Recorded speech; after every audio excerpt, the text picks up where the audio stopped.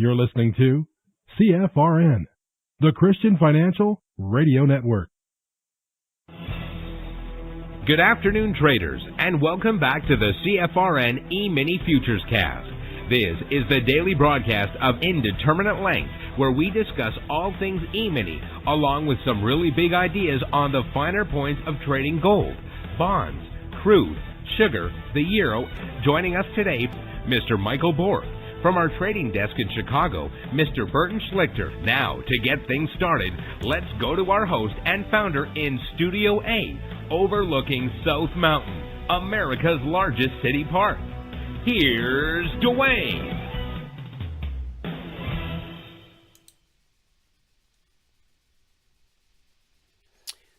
Good afternoon. Welcome back. Today's Wednesday, 28th day of May, 2025. Thanks so much for joining us, whoever you are, wherever you are. We're just glad to have you right here, right now. And speaking of being glad to be here right now, I didn't think I was going to make it. I woke up this morning and I had no internet. So I go online with the Cox engineers because I got this special package I pay for with my business internet, and they elevated me and everybody was scratching their head. And then I attempted to log into my router, and overnight it somehow got reset to the default factory settings. I'm only boring you with this because perhaps there's a tech bro in the audience who can let me know if that's due to maybe a firmware update on the router. Because I got the Nighthawk Netgear. It's supposed to be like top of the line, I don't know. Or did I get hacked? If you know, please share your thoughts, because I'd like to know. Anyway, we're up and running just in the nick of time. Thank you, Lord, for helping me figure that out. And we do 2 live broadcasts every trading day. Now, the first live broadcast is our live training room. But to get in there, you got to be a member or on your 1-week free trial. If you have not yet taken your 1-week free trial, I don't know what you're thinking, but go to mytradingiq.com. At the very top of the page, you'll see a big purple button. You cannot miss it. Click the button. Fill out the 30-second registration form. You're done. Wait a minute. Click the purple button. Fill out that form. Hit submit. We'll get your indicators up and running today. You'll get 5 consecutive trading days on the trial. Don't worry about the weekend. That doesn't count against you. There's no credit card required. And when you take the trial, you're not just getting access to the live trading room. We are going to treat you just like you were a top shelf passport holding member for 5 consecutive trading days. Again, no credit card required because we want you to focus on what's being taught, not whatever money you may have put up, so that at the end of the trial you can make a well-informed, intelligent decision as to whether or not trading is right for you. Now, when the live training room ends each day, we take a 30-minute break and come back for this broadcast, the noon broadcast, which, unlike the morning broadcast, this broadcast is open to the public. Everybody everywhere on planet Earth and other planets, perhaps, with an internet-connected device. 2 different ways to join this afternoon broadcast live. Let me give you the best way first. You only have to do it once. Go to mytradingiq.com and this time scroll down the page to where it says Noon Broadcast. Click that link, fill out that 30-second registration form, and you're done. Going forward, what will happen is every trading day you'll get an email about an hour before this broadcast starts. So at 12 noon Eastern, all you have to do is click the link that's in that email. It'll automatically log you into our platform. The benefit of doing it that way, it gives you access to the question box, so you can ask questions and participate in the discussion. Of course, there'll be days you're out of the office, away from the desktop, maybe on vacation, but you still want to join live. And some days you'll be busy, can't join live, but would love to get caught up later. Well, you can do both of those via our YouTube channel, which is easy to remember. youtube.com/CFRN. That's the Christian Financial Radio Network. But you don't have to remember all that. Just youtube.com/CFRN. Not only do we broadcast live every trading day on our YouTube channel, as we're doing right now, simulcasting, but we also archive each and every daily broadcast. Currently, there's over 2,800 daily episodes archived for your educational and viewing pleasure. And if you're new to our little corner of the world, it's a great way to get to know who we really are. Thanks to the power of YouTube, you can scroll back 6 days, 6 weeks, 6 months, 6 years, even more. Obviously, you're not going to watch them all, nor do you need to. But it's a great resource to have at your fingertips, and it kind of lets you know that we've been around a minute or two. Okay? All right. youtube.com/CFRN. This is our schedule each day for the afternoon broadcast. At the top of the hour, Michael will join us for a recap of what happened in the live trading room this morning. Then we'll do some live trading on the TradingView platform for about a half an hour. But right now, we're going to jump into our daily devotional. And this is day 5 of 5, at his feet, choosing what's best in a busy world. Today's scripture, James 1, verses 22 through 24. And I'm sharing from the Message translation. Don't fool yourself into thinking that you are a listener when you are anything but, letting the word go in one ear and out the other. Act on what you hear. Those who hear and don't act are like those who glance in the mirror, walk away, and 2 minutes later have no idea who they are or what they look like. But whoever catches a glimpse of the revealed counsel of God, the free life, even out of the corner of his eye, and sticks with it, is no distracted scatterbrain, but a man or woman of action. That person will find delight and affirmation in the action. That's God telling us to get up and get busy. Do something. Again, that was James 1, verses 22 through 24. So, we'll start with a new topic tomorrow. But as we close out this devotion, day 5, study for service. Now, although it would of course be amazing to stay in the position of worship as Mary did. We also have very distinct calls and purposes on our lives which require us to go. We are required to abide, which means to remain in Him as we go and do. Passages like the one in James 1, not to mention the Great Commission, Matthew 28, give us clear instruction on the importance of doing the work of God. Verse 23 of the James passage really strikes me in that the imagery of looking intently at the Word of God is described as being like someone who looks in a mirror. This gives us yet further insight into the fact that so much of our identity is tied up in the pages of Scripture. The more we read His Word and understand His heart, the more we long to do what He's created us for. So it starts with the study, but it doesn't stay there. The natural response after any of us has learned something is to then go and put it into practice.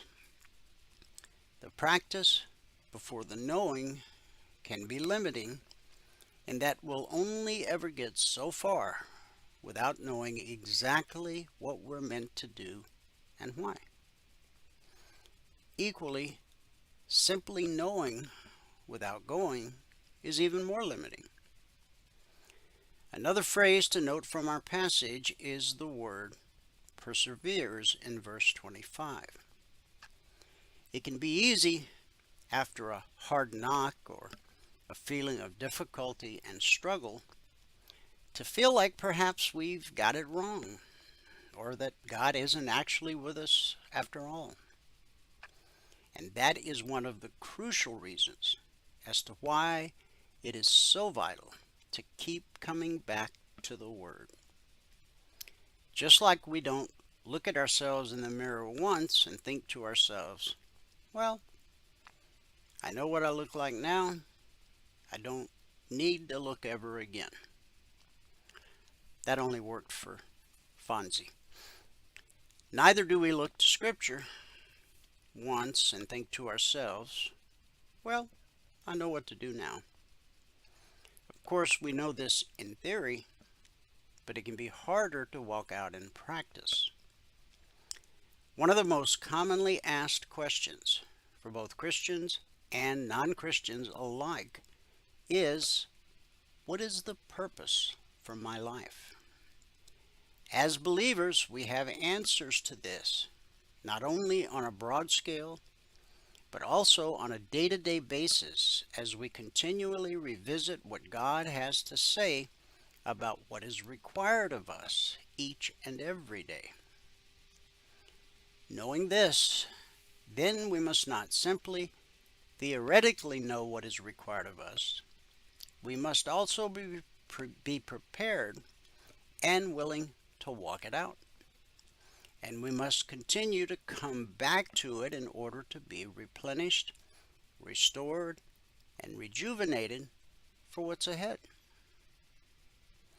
I hope that this devotional has encouraged you to do just that. Now, this particular devotional may be finished, but your journey isn't. If you're ready to keep going and keep growing with Jesus at the center, and with a rhythm that actually honors your season, we'll pick it up with a new topic tomorrow.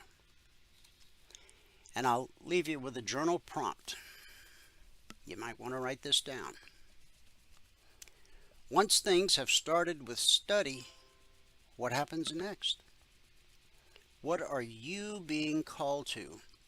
And how does reading the Word equip you to walk it out with confidence?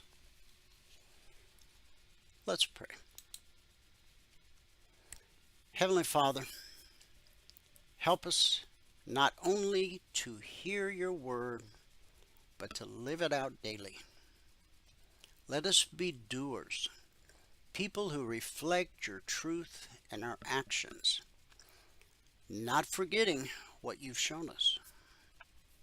Shape our lives to mirror your love, wisdom, and grace. It's in Jesus' name we believe and pray. And everybody said, amen. Amen, and happy Wednesday. You know, I gotta say, this morning, when I was besieged with this internet issue and being able to do the broadcast today and be able to trade and all that, I noticed something about myself. I wasn't upset. I didn't get mad. No profanities were spoken. And in the end, everything worked out.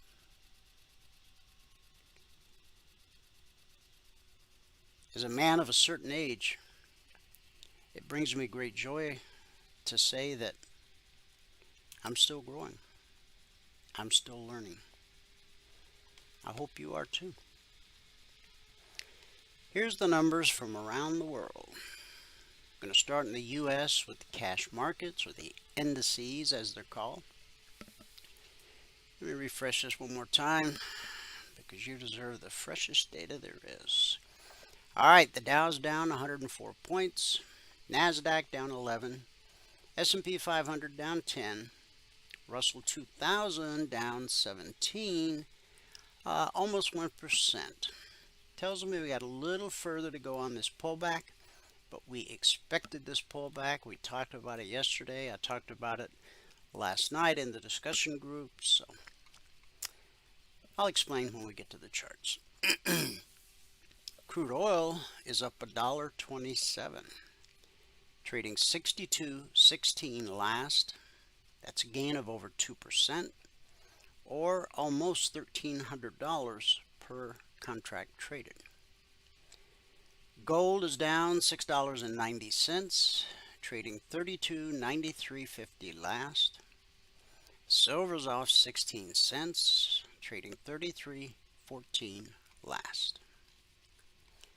In the Asian markets, at the close, Nikkei down almost 2 points. Shanghai flatline. Hang Seng down 123. And in the European markets, at the close, FTSE down 52.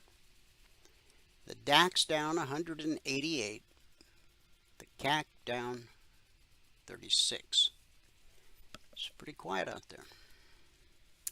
So, we had a red day in Asia. It was a red day for the UK. And so far, it is a big red Radio Wednesday here in the US of A. So let's look at the news. SpaceX carried out the 9th test flight of its massive Starship space vehicle last night, achieving mixed results as the spacecraft successfully reached orbital velocity but disintegrated upon re-entry. After launching from Starbase, Texas, the uncrewed ship experienced several issues, including a fuel tank leak, cutting short-planned exercises. Mission controllers lost contact shortly before an uncontrolled spinning descent into the Indian Ocean. It marks the third straight test where Starship failed to complete the entire flight.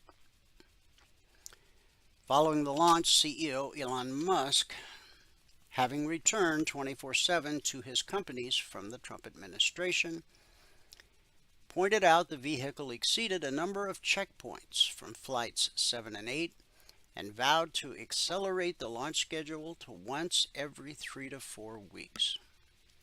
Starship is currently slated to carry astronauts to the moon by 2027 as part of NASA's Artemis program. Oh gosh, and I just love reading this next one. Harvard has revoked the tenure of business school professor Francesca Gino after an internal investigation found she manipulated data in multiple studies to support her conclusions. It's the first known case of a tenured professor being dismissed since Harvard formalized its process in the 1940s.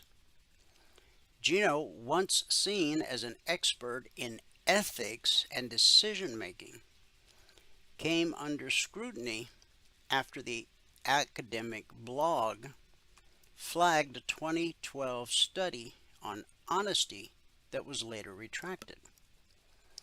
Gino was once among Harvard's highest paid faculty, earning $1 million annually in 2018 and 2019. She has denied the allegations and is suing Harvard and the blog's authors for $25 million, claiming defamation, breach of contract, and gender discrimination.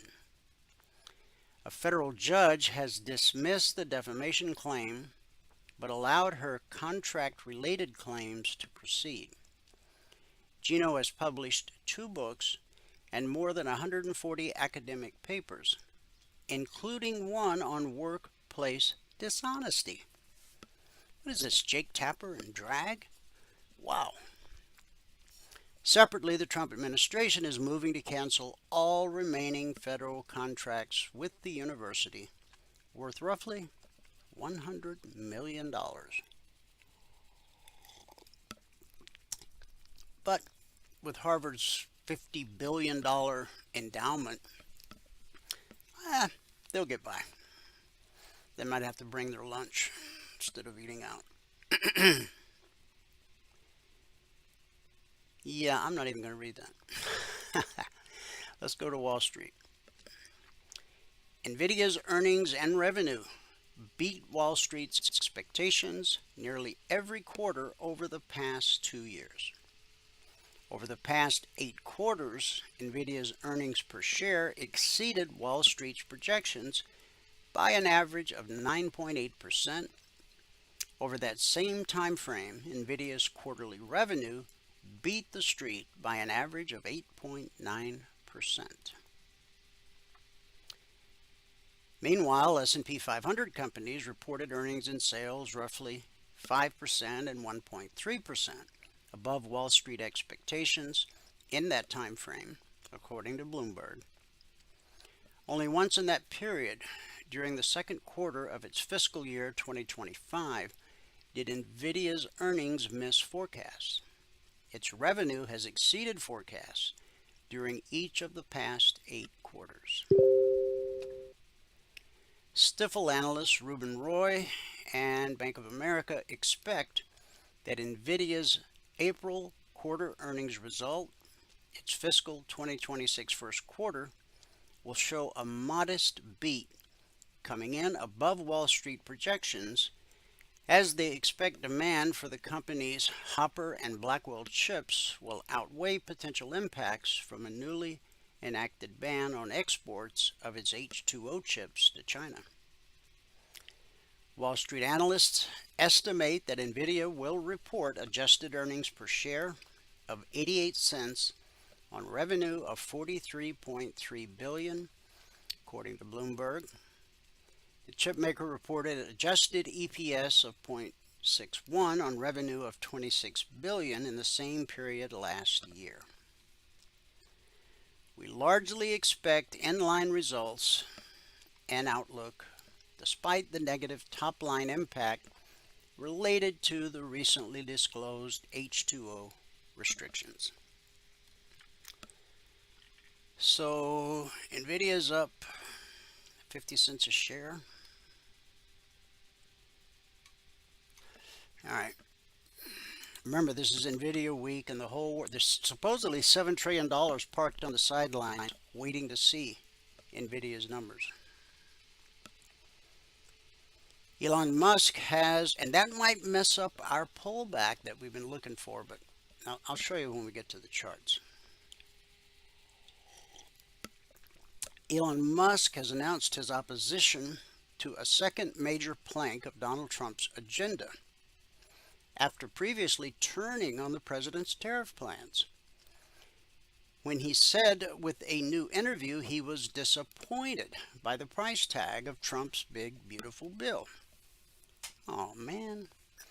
The bill increased the budget deficit and undermines the work that the Doge team is doing, the world's richest man said in a CBS interview that is scheduled to air this weekend. And Musk is not the only one in the world of tech with questions. The opposition to the bill has been in evidence among at least a few of Trump's Silicon Valley allies, largely due to a price tag that could see over $3 trillion in new red ink if the bill is passed, as well as lawmakers declining so far to formalize cuts proposed by Musk's Department of Government Efficiency, Doge. See, that's the whole problem right there.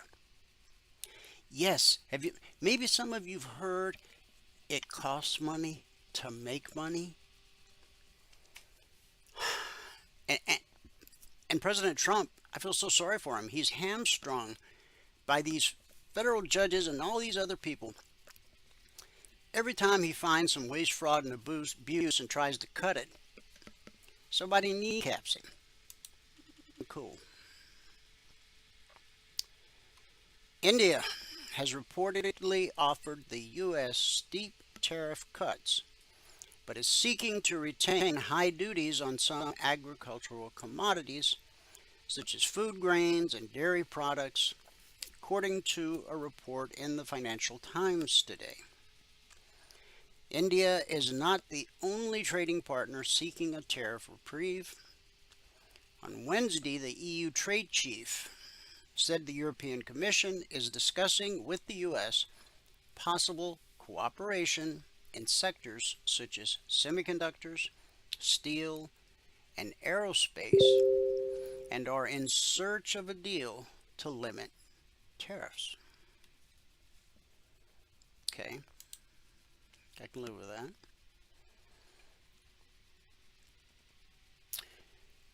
Now this is an opinion piece, not my opinion.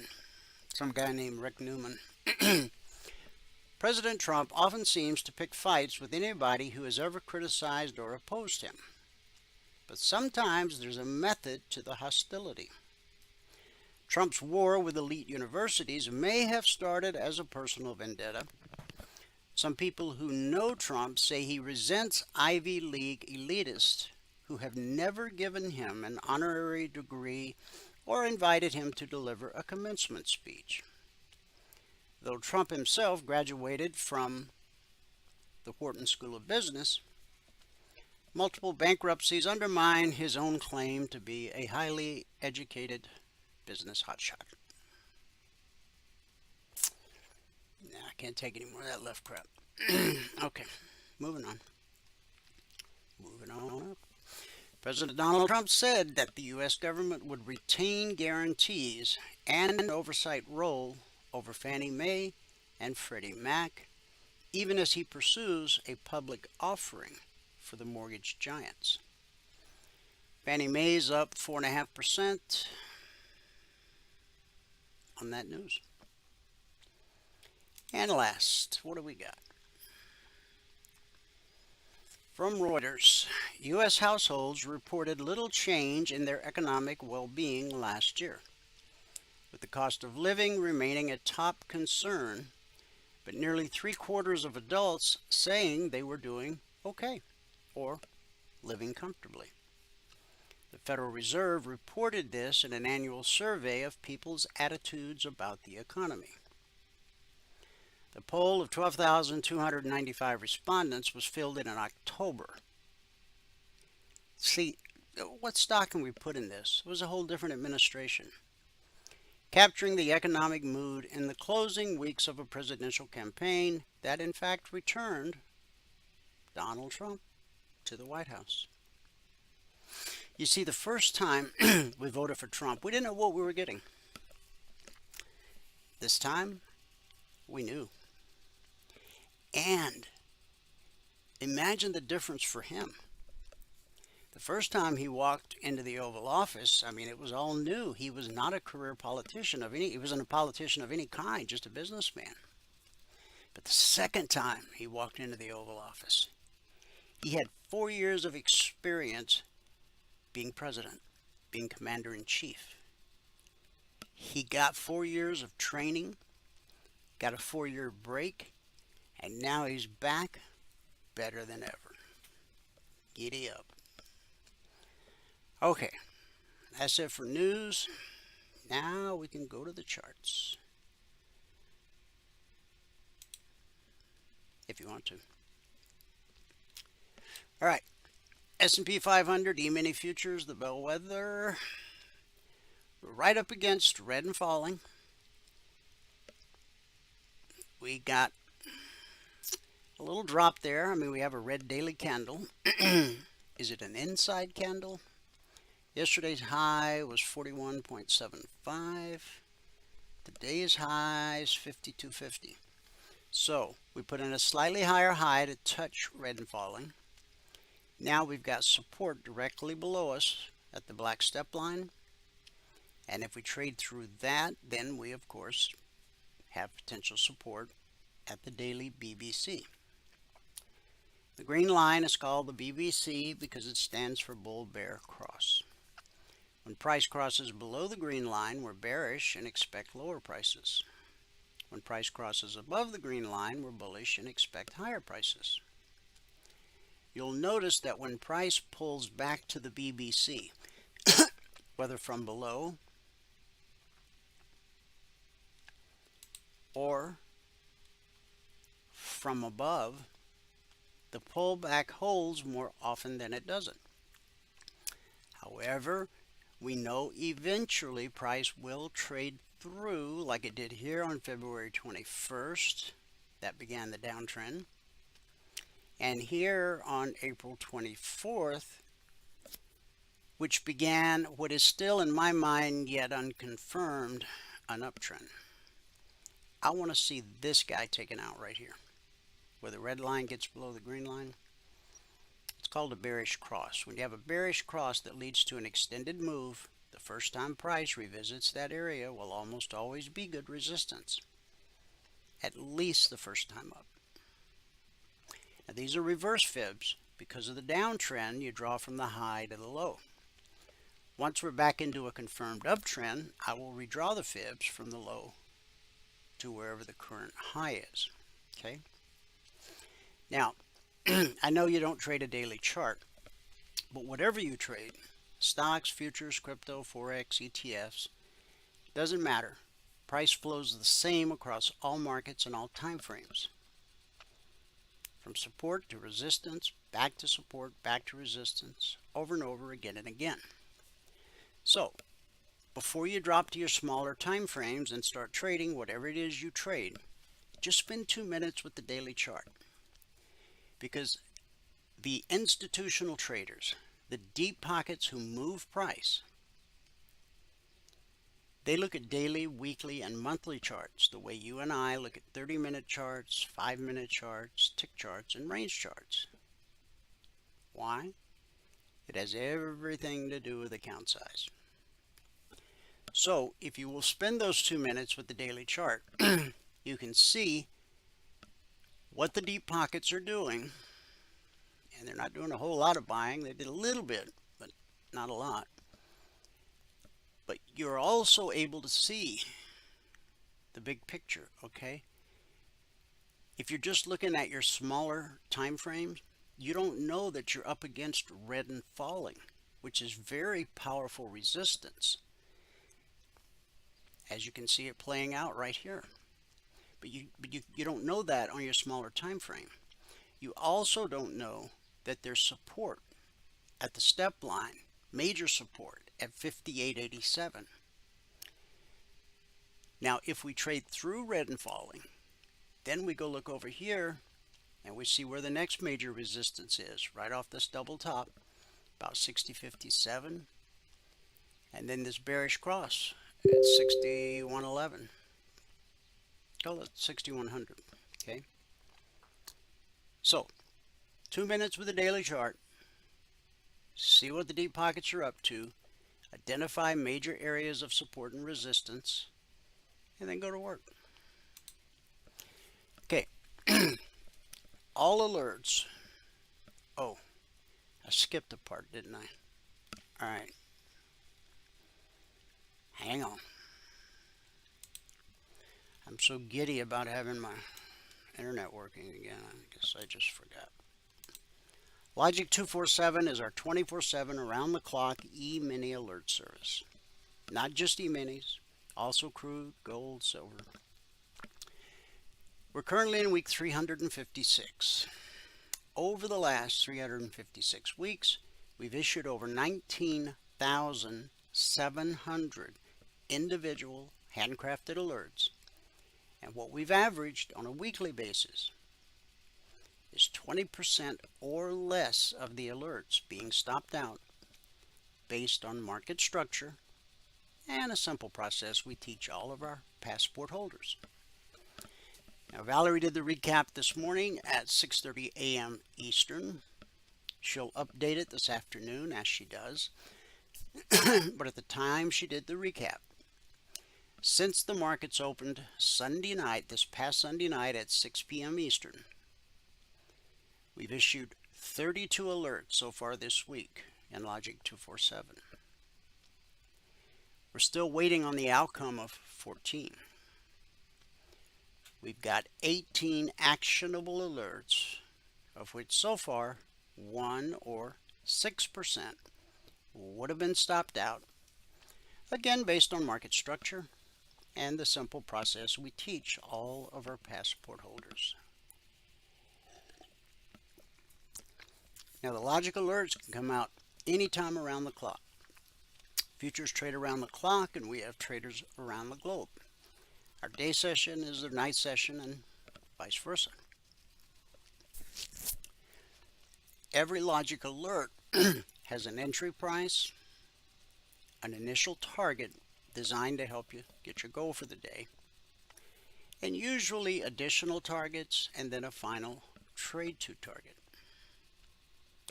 Of course, you can trade them, but I really want you to focus on the purpose they're created for, and that's to teach you how to read a chart. No matter what field of endeavor you choose in life, from doctor to attorney to engineer to whatever, you got to be able to read the textbooks. And you're like, well, that's no problem. I learned how to read before I even went to kindergarten. That's cool. But those textbooks have words and sentences and paragraphs. Charts don't.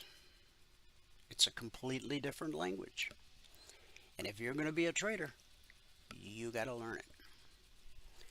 So, yes, enjoy the fruits of my labor by trading the alerts, but make sure you're using these logical alerts to learn how to read the chart. If you don't, well, I just hope you will. I'll leave it at that. Now, 356 weeks, that's a very long time. Yeah. But long before there was a Logic 247, we had our original alert service, the concierge trade alerts. And they're different. Different how? I'm going to show you. Number one, they don't come out around the clock. I do my best to post them each night 5 minutes ahead of the Globex Open. We all know today's the Wednesday session, but the Wednesday session began last night at 6 p.m. Eastern. So all of our members and trial members had all of these targets 5 minutes before the market even opened last night. S&P 500, the Dow, the Russell, crude oil, the NQ, gold, and silver. Now, Bert mentioned to me, we're going to be rolling crude, I think it is, on Friday, so I'll keep you updated. I don't think Michael trades crude in the room anymore, so it'll affect some of you it may not affect. Okay, so again, all of our members and trial members had all of these targets last night, 5 minutes before the market opened. So now we go to the 30-minute chart, and that's where all the alerts are created. Logic alerts, concierge trade alerts.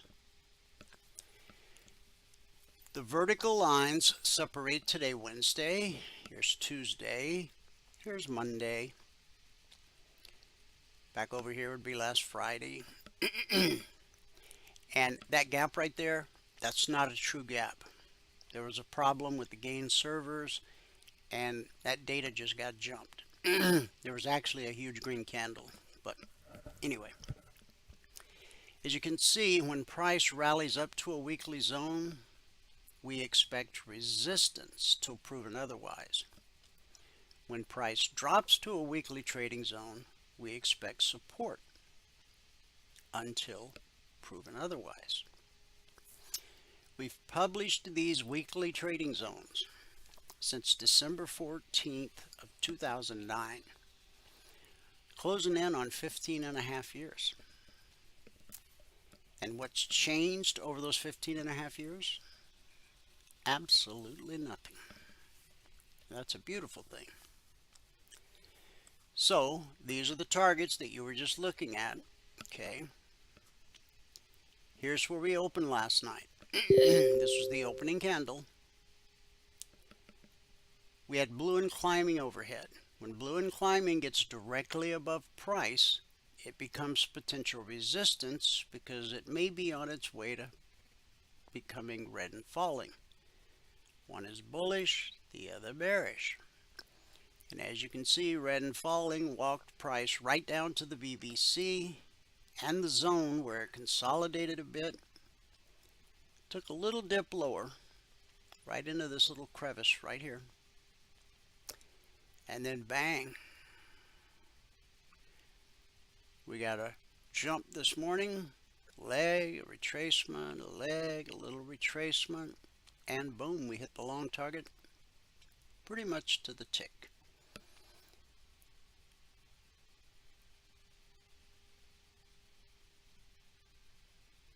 Come on now.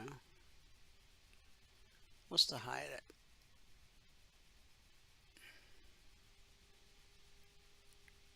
We overshot it by 2 ticks. Okay, we can live with that. So we hit the long target.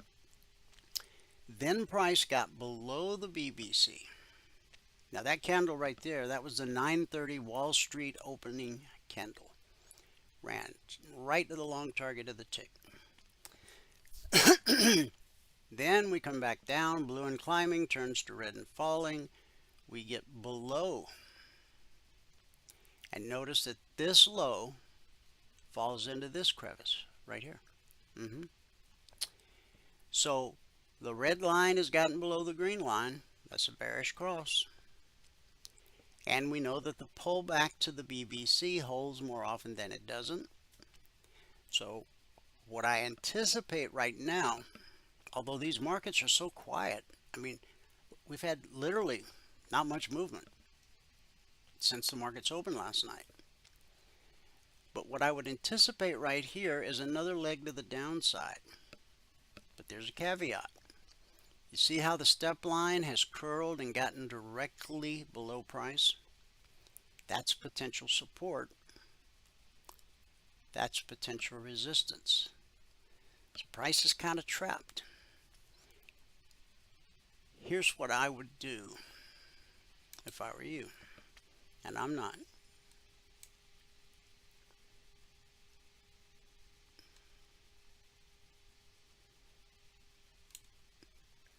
Okay.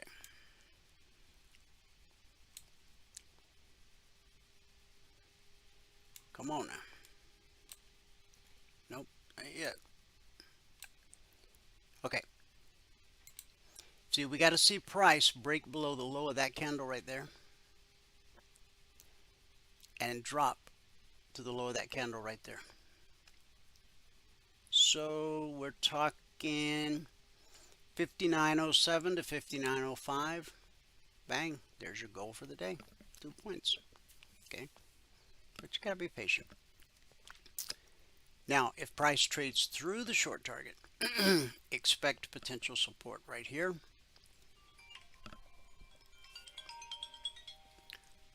Hold for me 1 second.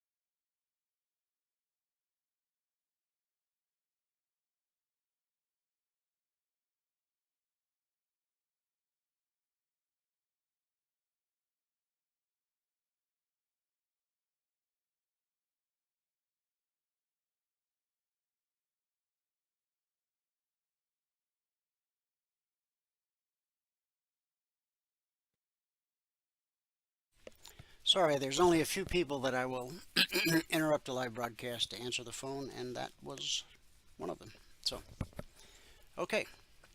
I think we've said all we need to say here about the ETFs. Oh, I was explaining. You see right here where the step line crossed red and falling, turning it to blue and climbing? That's an important price, important area. Okay, so you got potential support there. Then you got potential support here. And then from here down, man, it's just clear sailing.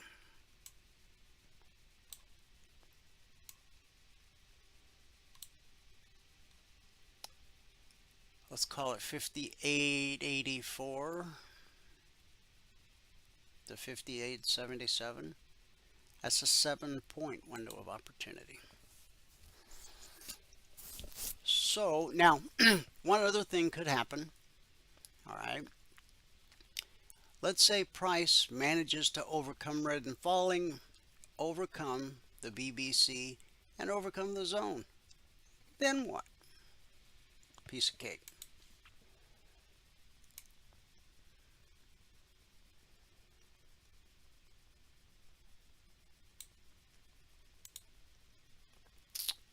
$59.42 up to $59.52. 10-point window of opportunity. So by the time we have this same conversation tomorrow, God willing,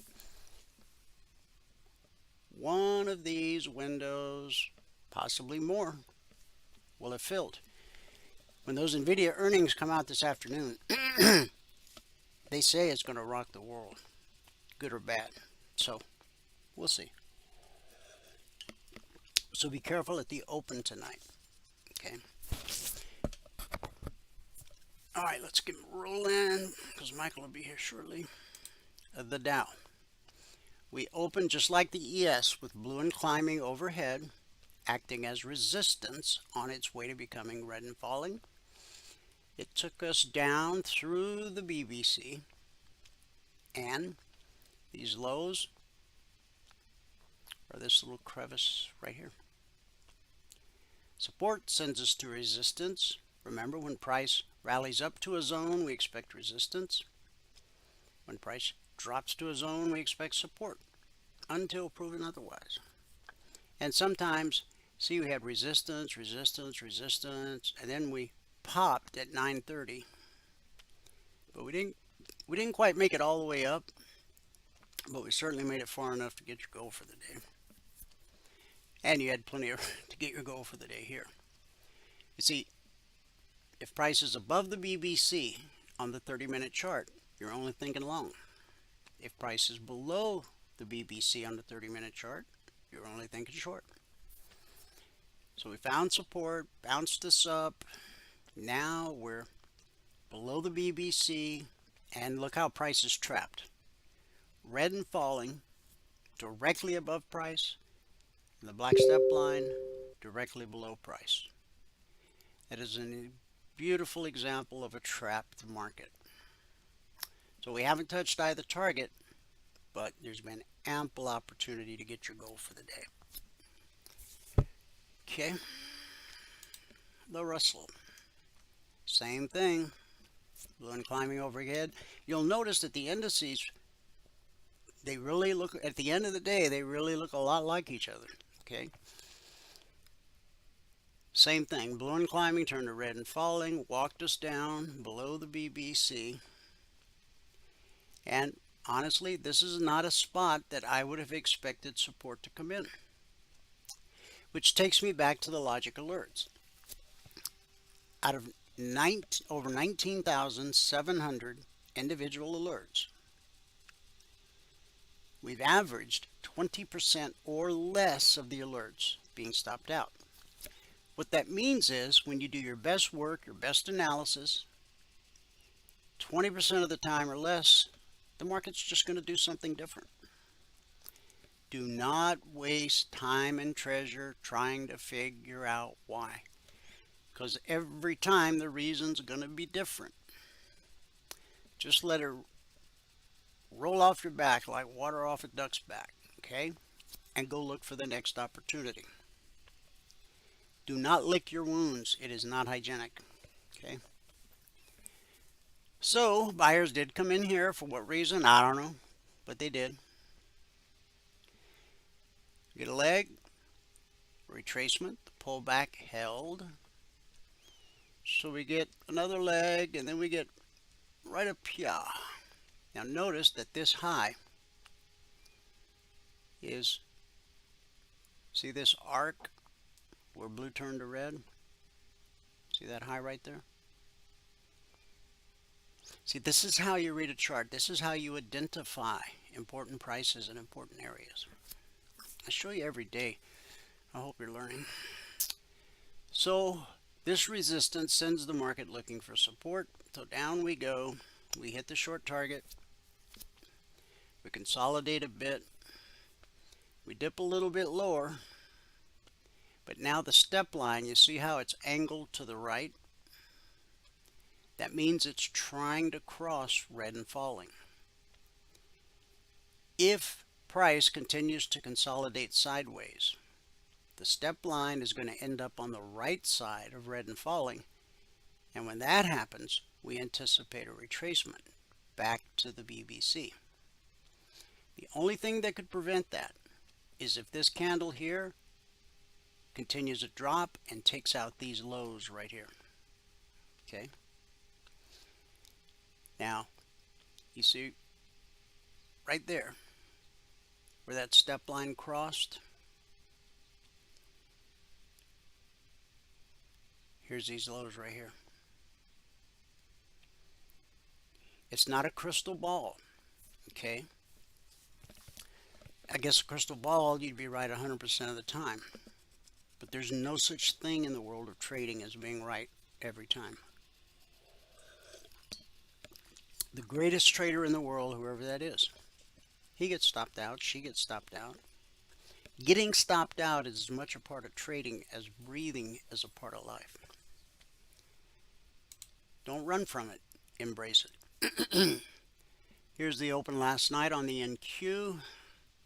We skirted along this weekly trading zone. Now these zones come out Monday morning at 6:15 a.m. Eastern.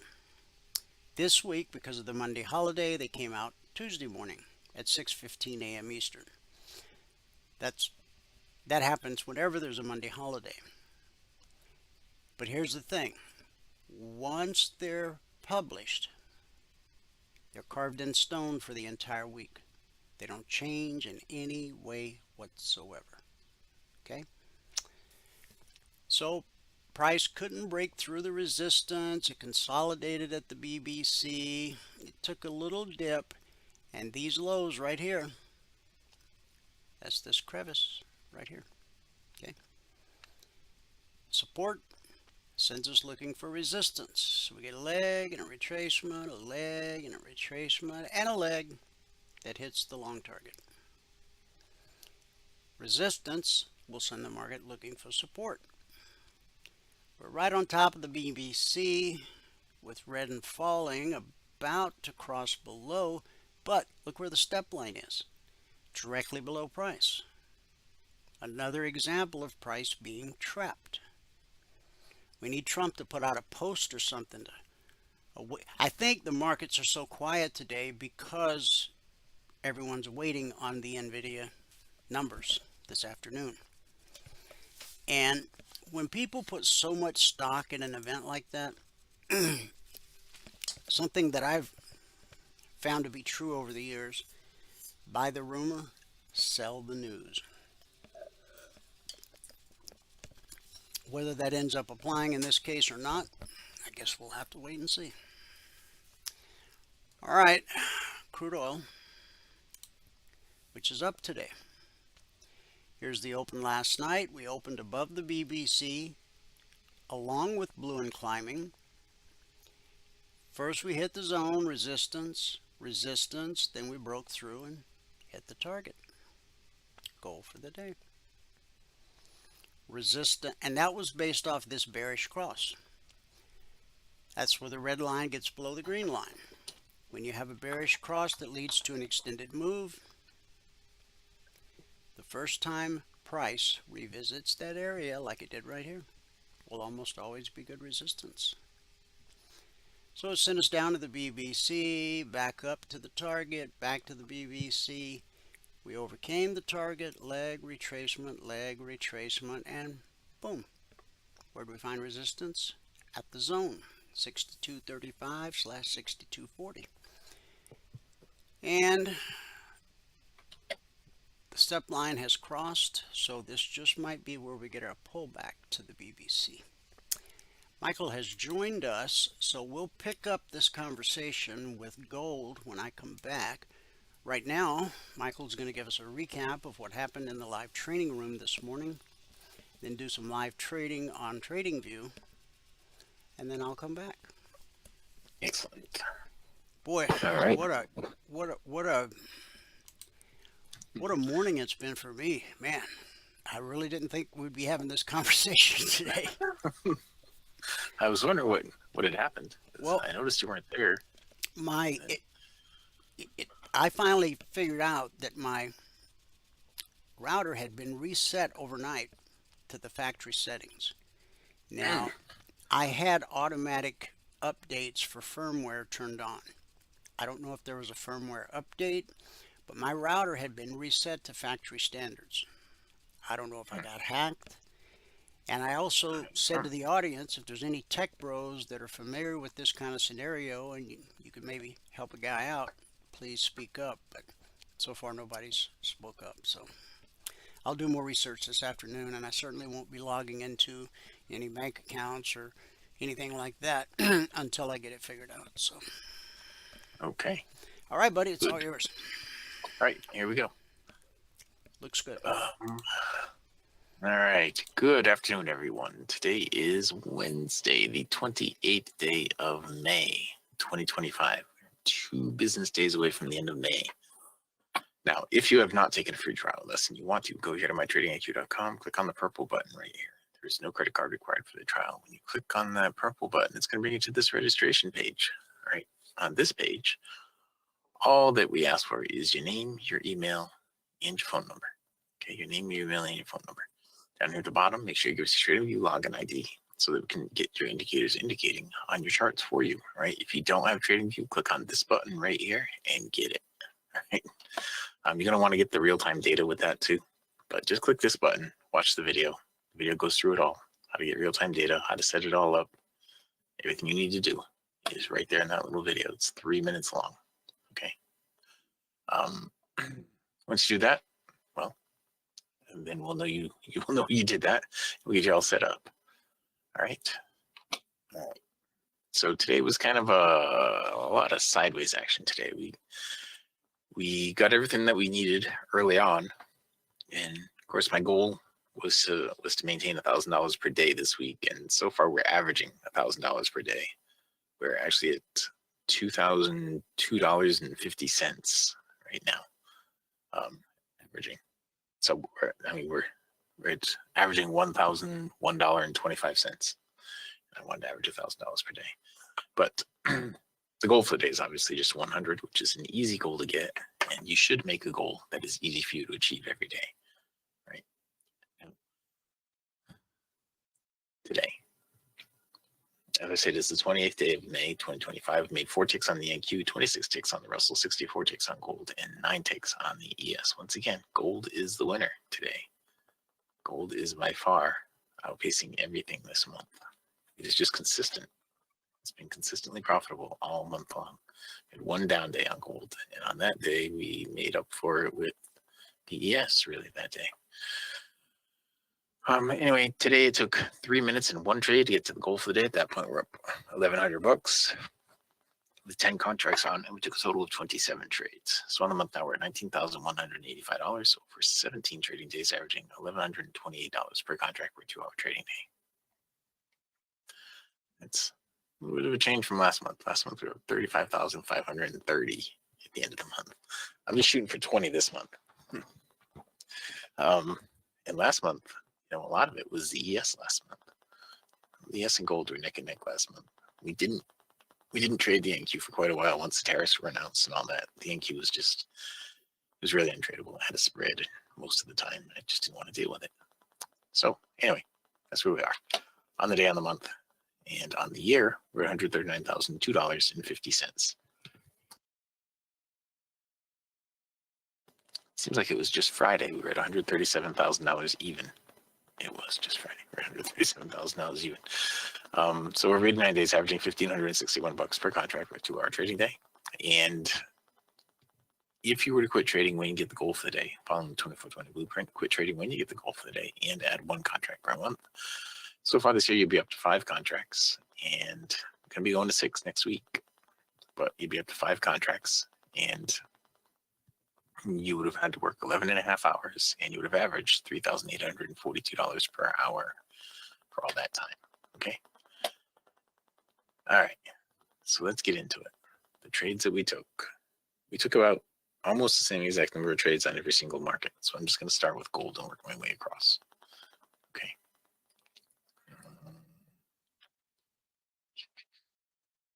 Here we go. Our first trade on gold. Our first trade on gold was right here, and on that one we picked up 11 ticks. That's where we got the goal for the day on that trade right there. So we got the next trade on gold was here. We picked up 8 more ticks to get us to 19. Then we had a break even. Picked up 15 ticks there to get us to 34. And then 20 ticks to get us to 54. Then 5 to get us to 59. Then somewhere we had 5 more to get us to 64. I don't know where the other 5 were, but 5 more to get us to 64 somewhere. And that was it. During the break, I was thinking that when the European markets closed, the US markets would loosen up a little bit. They really didn't. The first half hour anyway. Got a little movement in here. There's a gap right there. I don't know if that was a real gap or not, but it's at 1236, 1237. So if I bump this to like a 5-minute, even a 1 minute, look at 1237. I do not see a gap here at 1237. So it does not look like that's supposed to be 1 minute. 12, 34, 35, 36, 37. And there's no gap in there. So that was a trading view gap.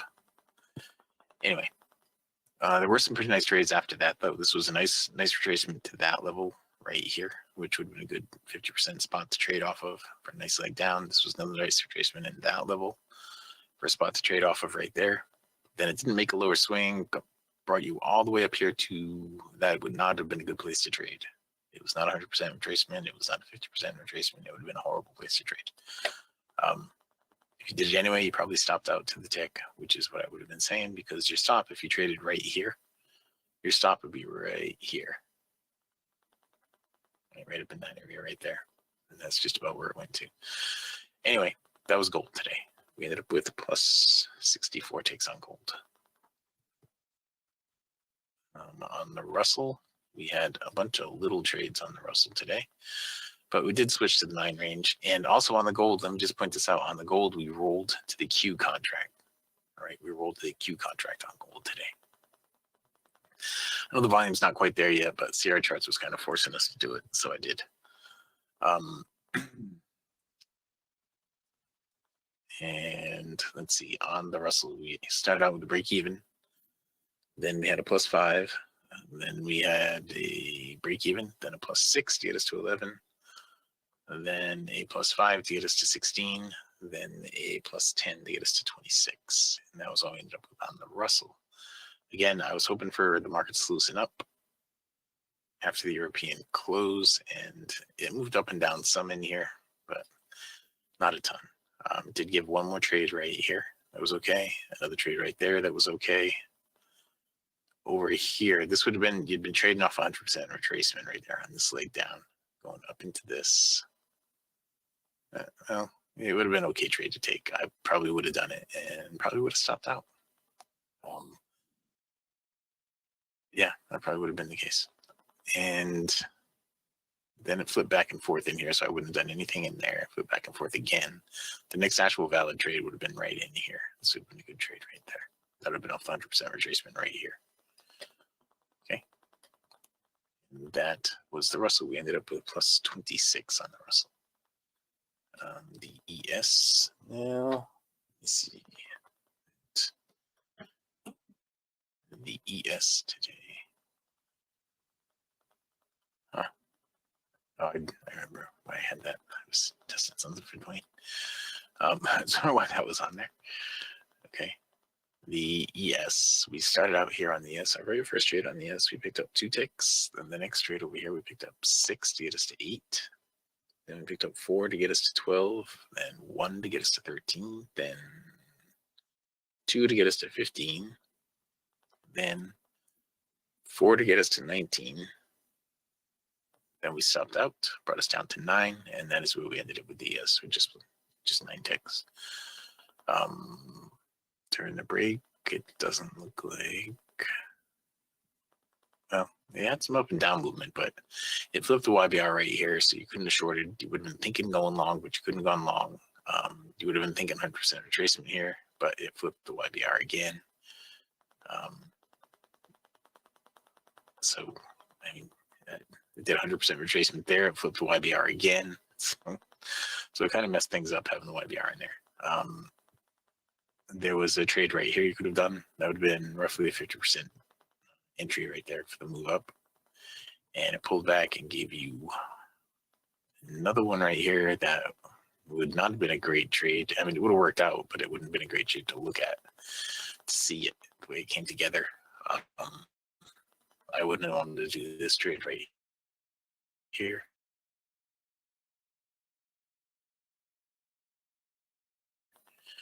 Or that one right there. This one right here would have been a little more like it. It would have been right at the 100% retracement level of this, where it was sold, but it wouldn't have been a valid trade because this one didn't make it into the overbought.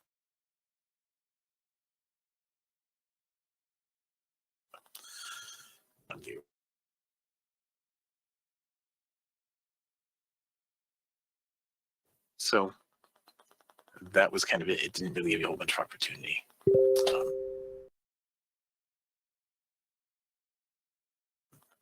Now I'm sure Dwayne talked about the effect and the FOMC meeting minutes that are coming out.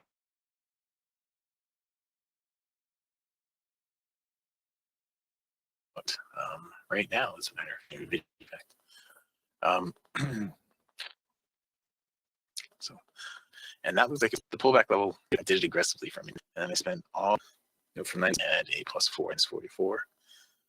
Then we had a plus 24 to get us to minus 20. Then we had a plus 8 to get us to minus 12. Then we had a 12 to get us to 0. And then we had a 4 to get us to 4. And that was it. And during the break, not a whole lot happening here. This would have been the first trade right here. And on the NQ, I don't know if that went enough to get the stop to break even. If you had a good entry, it might have gone enough to get the stop to break even. If not, it would have stopped you out. You wouldn't have done that one. You wouldn't have done this because you would have been looking for a short. You wouldn't have done anything in here. There's just nothing there on the NQ after that. And that brings us current. So the markets have been just a mess today. They've been okay. They were okay at the beginning, but now that we're getting closer, the FOMC meeting minutes just came out. That's one thing. And then at the end of the day, we have earnings coming out for NVIDIA. So that's what I'm being told is the thing that's holding things up. So we're just gonna have to wait and see what happens with that. Okay. Now back to the trading. Let me find my DOMs and make sure that they're all good. Let me stop the recording. I've been recording this just so you can see that my recorder is working correctly. So I'll stop the recording and that and that and oops and that and that. Here we are. All right. So what we are looking for now, we've gone from the oversold up into the overbought. Here we'd be looking for a retracement somewhere down here. All right, you want to have an entry right about there. And on the ES, an entry right in that area. On the Russell, and entry right in that area. There. And on the gold, this is what you would have been looking for back here.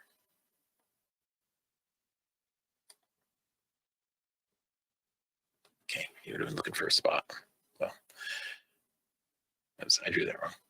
Yeah, I got that the right way. It's not really giving you much to work with here.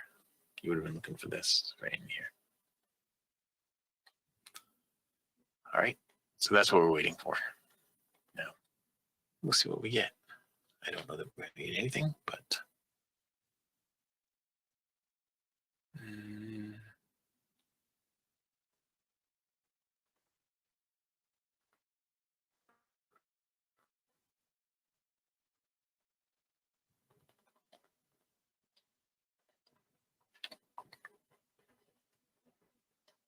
all right.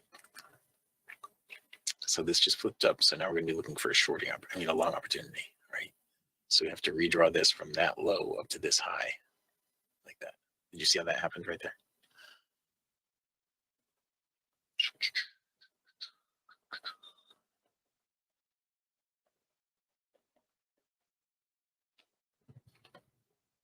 Now it's gone a little bit higher, like that. Still looking for the midpoint there, right? So you'll bring the gold on over, put it on top. And get ready.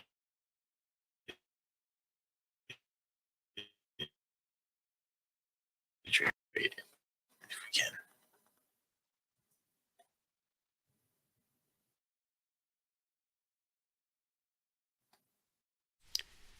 I hate to say your audio broke up just a little bit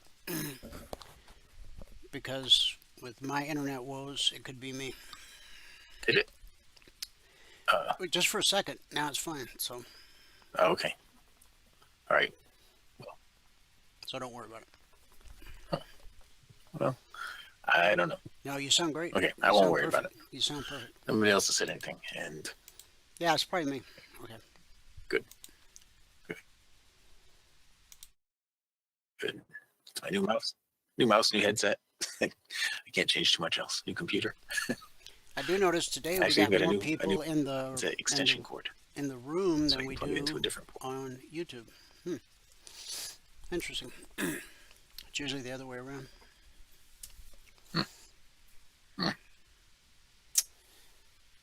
That is interesting. Okay, back to you. Sorry. I did not realize that. Okay. Well, that is interesting. I thought it was the other way around. All right. Well, maybe everybody's waiting to see what's going to happen with the minutes. The minutes are out now. So, and I didn't have that in my news thing. I didn't have the minutes shown in there. Oh, well, the real big news today is NVIDIA reports after the bell. And supposedly there's $7 trillion parked in cash waiting for the NVIDIA numbers to be deployed. I don't know. It's a lot of money. Yeah. I left that in my other pants. Yeah. Yeah. Those are pretty big pockets. If you lined up $7 trillion, you'd probably go around the world. And $100 bills probably go around the world 20 times.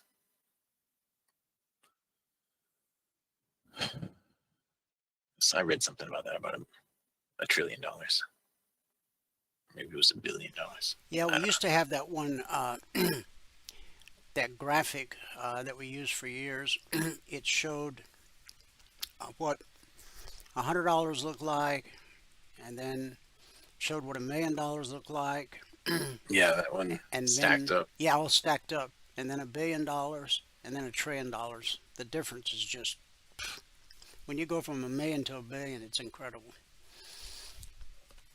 And when you go from $1 billion to $1 trillion, it's unimaginable. Yeah, it is.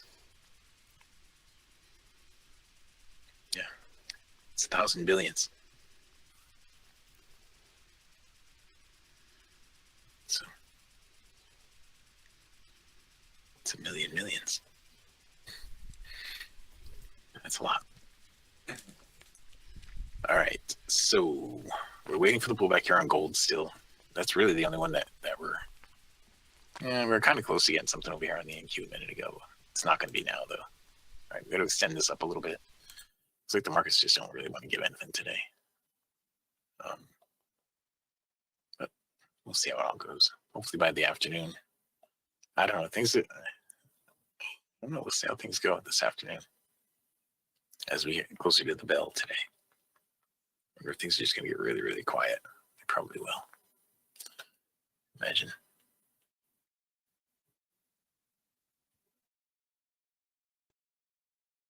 Remember the old adage, buy the rumor, sell the news. Bedrooms, just one. Yeah, so that. Bob, can I stay in your extra bedroom? Okay. Now, that was Dwayne breaking up there, not me, right? You guys hear that? Or was it me breaking up? Well, that's a bummer. I didn't hear you. Because I know what Dwayne said. I didn't hear you break up, so it must be me. Yeah. Okay, so yeah, it's probably because I'm thinking that you said buy the rumor, sell the news is what I'm thinking that you said, but I'm not sure because I couldn't hear it. That is exactly what I said. That's what I thought. See, now we're back in sync. All right. So on the gold, we want to have it pull back. We want to see this get down into the oversold, and that's what we're waiting for. That's what we're waiting for. Now we'll go out here and look at this one more time. See, we're jammed up here in between the black step line in the MA1. The MA1 is really the thing holding us down. It's acting as resistance for us right now. And if the news is what they're expecting, and it's not already built into the market with this candle right here, it's not already built into the market, then we could get up to this thing today, or somewhere up near there today. But we'll see how things go. I don't know. This didn't turn into anything over here on the gold. I'm going to slide that back on the side. Let's see if there's anything else worth looking at in here. That was the daily on that. This was the NVIDIA. This is what I had said earlier about NVIDIA. The whole buy the rumor, sell the news thing that Dwayne was just talking about. If it does sell the news, down here is where I was thinking it should sell off to. And then eventually people are going to be buying it again anyway.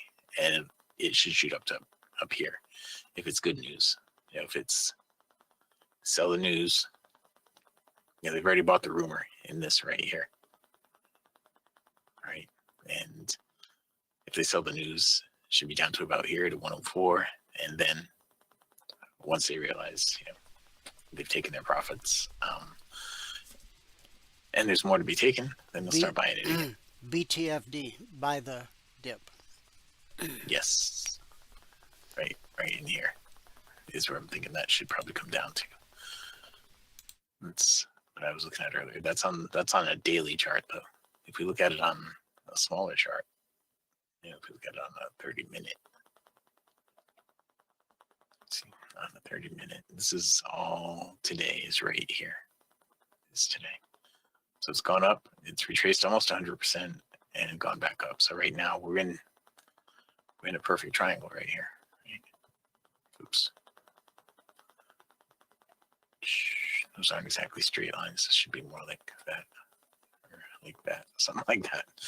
But right here at the apex of the triangle, as we get into the end of the day, this is a 30-minute chart. So we're going to have, what is it, 121, 2, well, 3 will get us to 3 o'clock. 5 more candles will get us to 4 o'clock when the news comes out. So we'll have 5 more candles in here. So we'll see how it goes. I suspect it's going to stay right in this range here as we get to the end of it all. Now, again, when we say NVIDIA reports after the bell, we're talking about when the stock market closes. But futures don't close until 5 p.m. Eastern. So for you futures traders, the final hour today, which is typically pretty quiet, could be mucho busy. Yeah, it could be a good opportunity. Could be indeed. Let's go back here. Still nothing happening here. We need all these ones that are above the YBR to pull back and get into the oversold, and none of them are. So I don't know if we're going to get a trade here or not. We can just hang out and wait. See, I went to the 9 range on the Russell because I went through the last few days. We hadn't been getting any trades on the 19 range. We got 1 yesterday on the 19 range, 2 the day before that. We had 4 the day before that, 1 the day before that, 2 the day before that, and 2 the day before that. So we had almost as many today as we had in the last week combined on the 9 range. And there's some pretty nice ones in there on the 9 range today. Oops, didn't even do that. That is me trying to drag it to the side. It's still me trying to drag it to the side. I'm grabbing it here and dragging it over there. But I don't have my cursor selected. There it goes. Yeah, see, there's some pretty nice opportunities in there. Selling when it went into the overbought in here.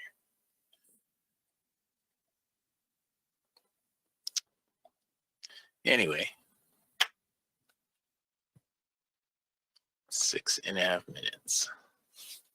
And I want to go see what that recording sounds like, that one that I made. If you choose to wrap early because of the quiet market, I'm prepared whenever you want. Okay, because I don't see any trades coming up here, so it might behoove me to just wrap early. I think this is the one I just made, right? Yep, that sounds well. It's got your audio sounding really good in there. Let's see what mine sounds like. I didn't hear me talk. Anyway, we'll give it a couple more minutes, and if we don't have a trade by, let's say, 13:26, then we'll wrap it up. 13:26. Sorry, 1:26. 1:26. It's possible we could get something here by then, but one never knows.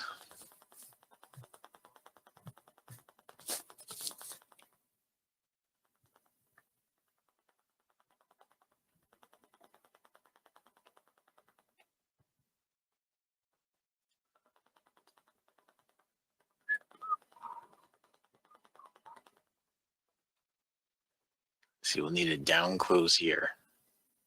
It's going to get us close to a trade, but it's not going to be a trade. We need a down close on that one, down close on the one after that, and then an up close on the one after that.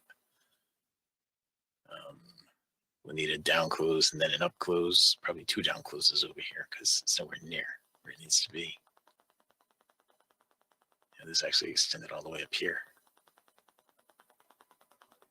So it's nowhere near where it needs to be a decent trade spot. There's the first down close. Now, if we get a wick right here on the ES, we could have a trade. This could happen. If we get a wick here on the ES, that gets down here and then gives us an up close, then that would pull it out of the oversold off the midpoint. That would be an okay trade to take. Okay, so it's possible that that could happen in a single bar. However, if we get a down close on this bar and then we get an up close on the next bar, okay, there's the wick. Now if we get an up close on this, 25.50 up to 27.50. Here's my order waiting. And it's now 126. We didn't get a trade yet, but we got one just about to set up. If this gives us a down close, then I'll just call it. But if it gives us an up close, then we're going to be in the trade.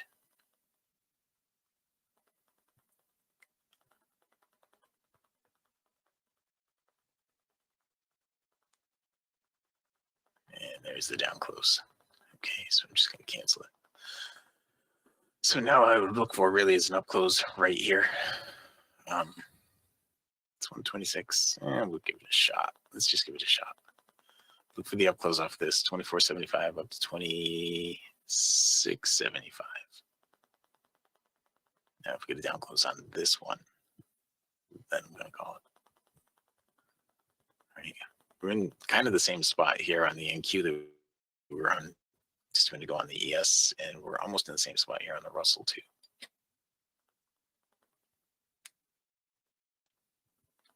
The NQ, however, did not make a full cycle on that last move. Down on the trigger. Yeah, well, it went from here up. It didn't go from this one up, but it went from here up.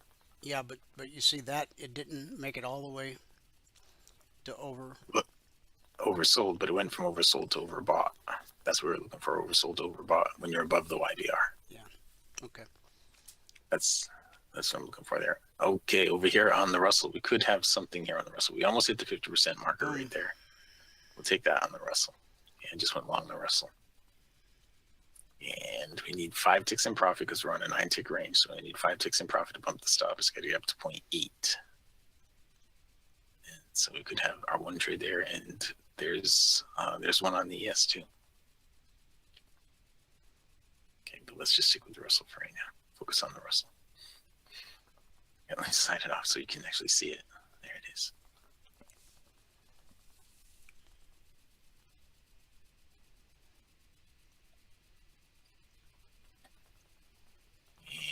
And so we need 5 ticks over here. And the ES has the same type of trade, except the ES is closer to the midpoint. It's coming off the midpoint. The Russell didn't actually hit the midpoint.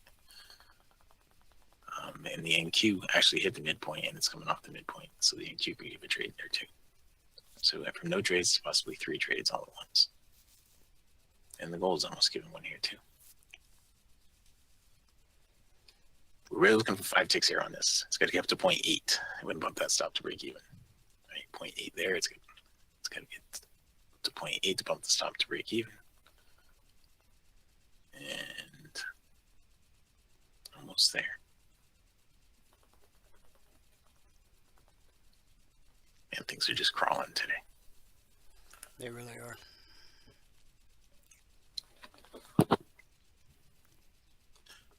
So get it up to 0.7. Come on, there 0.8. There it is. 0.8. Just hit it. All right, okay. stop the break even. All right, and I'm going to break even on the ES trade, and I'm going to break even on the NQ trade, and I didn't do the gold trade. So we got all 3 indices going right now. We went from no trades to 3 trades. I went to break even early on the NQ trade. It hadn't gone 20 ticks into profit yet, but it's gonna. Let's lock in a little bit of profit on this one, 2 there, 2 there, and 4 here. There. Look at that. How about that? Went from no trades to 3 winning trades, 3 small wins. Ta-da! They add up. They do. And that's how it's been all day. I've been a lot of little trades, except that one big stop out on the NQ. I had a lot of little trades, but all worked out. And that's a great learning or a teaching moment, guys. We all love to get that long move, that big move, but if all the market is handing out on any given day is little short moves. Well, instead of getting your goal in one fell swoop in one trade, then, you know, 2 Piece it ticks together. times 4 trades is 8 ticks on the ES, and you're That's all you done need. for the day. Especially with the Again and reduced commissions we have now. That's Yeah, I know.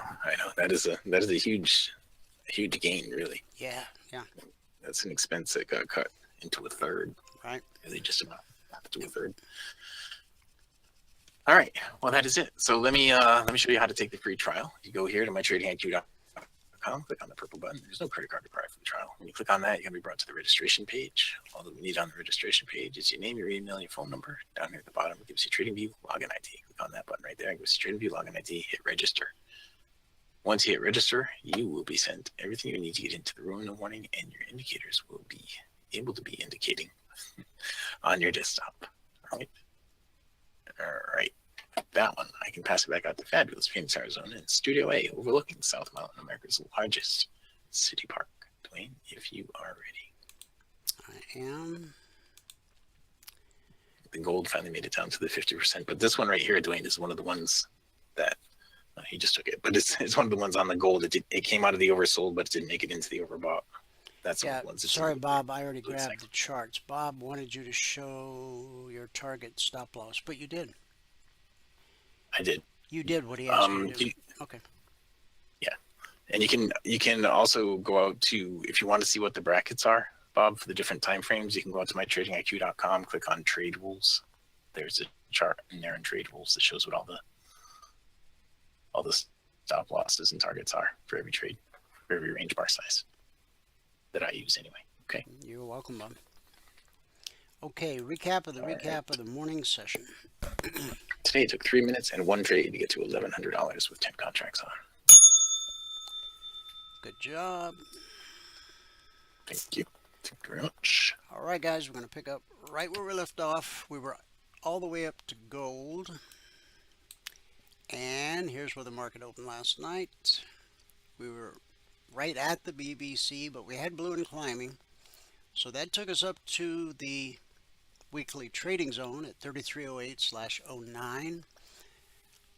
Keep in mind, when price moves up to a weekly zone, we expect resistance until proven otherwise.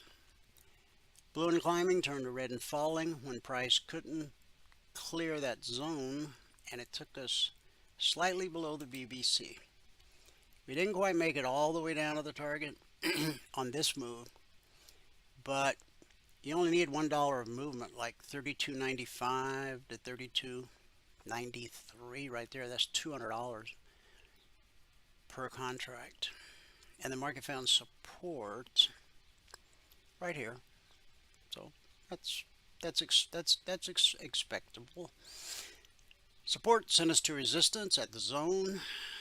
Resistance sent us to support at the BBC. And that support sent us to resistance at the long target. And that long target was based off this little crevice right here. So we bebopped along the long target. And then blue and climbing rolled over, turned to red and falling. Took us below the BBC and below the weekly trading zone, and we hit the short target to the tick, which was based off this low right here from yesterday. That, my friend, is market structure. That is the thing I'm begging you to learn with the Logic 247 alerts, how to read the chart. Okay? Now, what do we expect to happen here? Well, the black step line is now, see, coming down, it was on the left side of red and falling. Now it's on the right side. So we expect price to now move up to the BBC. The pullback holds more often than it doesn't. So if it holds, we'll get another leg to the downside. If it doesn't hold, then you could trade 3306 to 3308 and pick up $200 per contract trade. And on silver, here's where we opened with blue and climbing overhead. Sent us down to the BBC support, which sent us up to the zone resistance, back to the BBC support, and then boom, we hit the target. And what's that target based on? The bearish cross from yesterday. When the red line gets below the green line and leads to an extended move, the first time price revisits that area will almost always be good resistance. And I would call that real good resistance. So resistance will send the market looking for support. It found it right here at the zone, which bounced us up to resistance at the BBC, which sent us back down. We're now below the zone, but and look at this right here. You see these lows right here from yesterday? That's that low right there. Okay, but the step line is crossed. So look for silver to at least attempt a move back to the BBC. It's got to overcome the zone, because now that we're below it, the zone's potential resistance. Before it was support, coming down. Coming back up, it's potential resistance. If we just consolidate sideways for a while, then the BBC will drop to line up with the zone. Then you've got resistance times 2. And that could send us all the way down to the short target. So one last look at the daily chart. We got this. It's not an inside day. We put in a slightly higher high than yesterday. We hit 52.50 today. Yesterday our high was 41.75. But that's an itty bitty candle.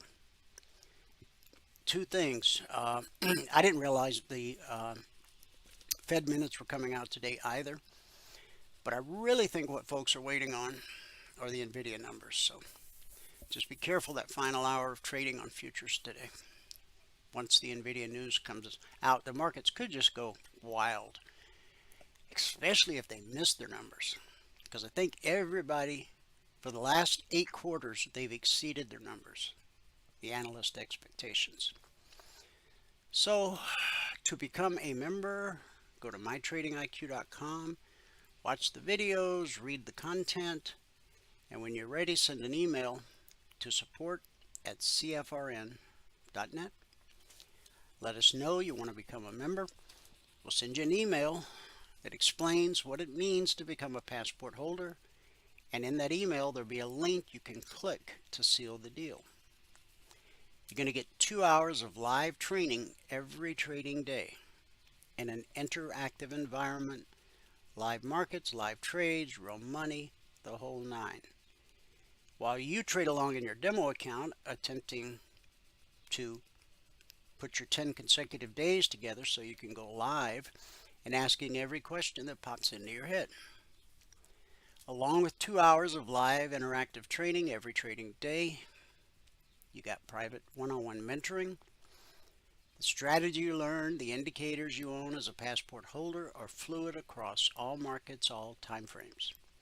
The indicators you see on my futures charts, put them on a stock chart, crypto chart, ETF, doesn't matter. Price flows the same across all markets and all time frames. From support to resistance, back to support, back to resistance, over and over again and again. It's a never-ending cycle, and that's why I keep telling you it's so important to learn to read the chart so that you know where to expect resistance and expect support. And 20% or less of the time, it's going to do something other than what you expect. Just accept it and move on. As a passport holder, you'll get the Logic 247 alerts around the clock. You get the concierge trade alerts the second they're published each evening.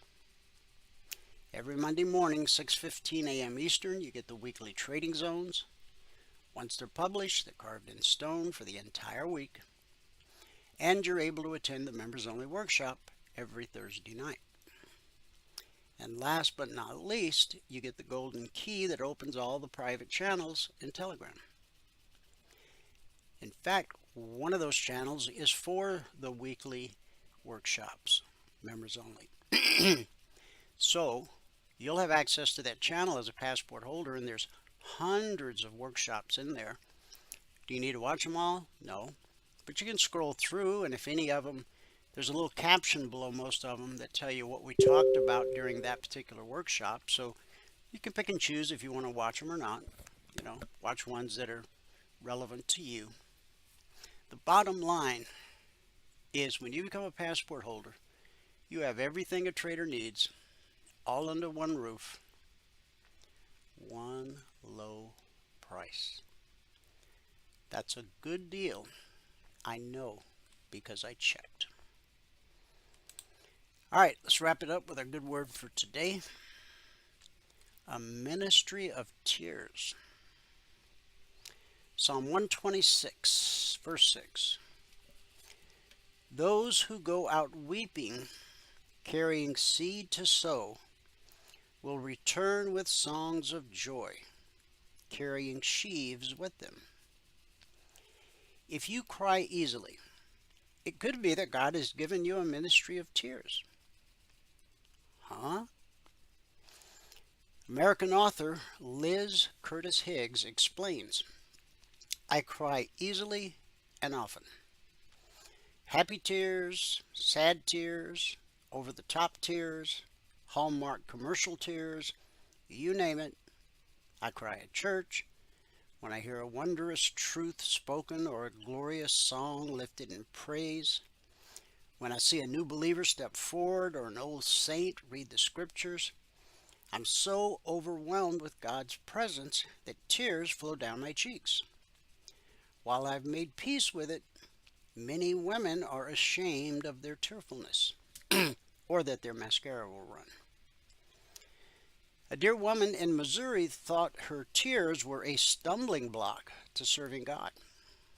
She explained, I want to help hurting people, but the minute I hear their stories, I start weeping. I gave her a big hug and said, you have a ministry of tears.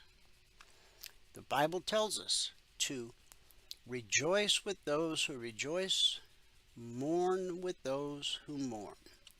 Romans 12:15. And to comfort those in any trouble with the comfort we ourselves receive from God. 2 Corinthians 1:4. Your tears don't hurt, they help. God can use anything we surrender to Him. Laughter and tears, joys and sorrows, victories and mistakes, strengths and weaknesses. We minister to others best when we offer our true selves as is, not waiting until we've cleaned up our act or dried up our tears, but right now, leaks and all. And one day, according to Revelation 21:4, God shall wipe away all tears. But until then, our tears are so precious to Him that like fine wine and priceless perfume, He preserves them in a bottle. Psalm 56:8. If you feel like crying, cry. Some say, well, that's not very manly. Don't think about that. That's crazy. And I want to say this just one more time. You know, one of my favorite podcasts is Unashamed. It's the whole crew from Duck Dynasty. And the patriarch of the family, Phil, the father, he passed last week. And the latest episode of Unashamed, which dropped yesterday, I believe, the title of it is, Phil, We Tried Not to Cry. And Duck Dynasty's coming back. Yeah. They've revamped and they're going to do a whole nother show. So, anyway, that's our good word for today. And keep the Robertson family in your thoughts and prayers. This is a very difficult time for them. Phil was quite a legendary man. He used to run a bar and then became one of the best preachers the world has known. Thanks so much for tuning in. Whoever you are, wherever you are, may God continue to richly bless you with His mercy and with His grace. And I'll see you at the bell.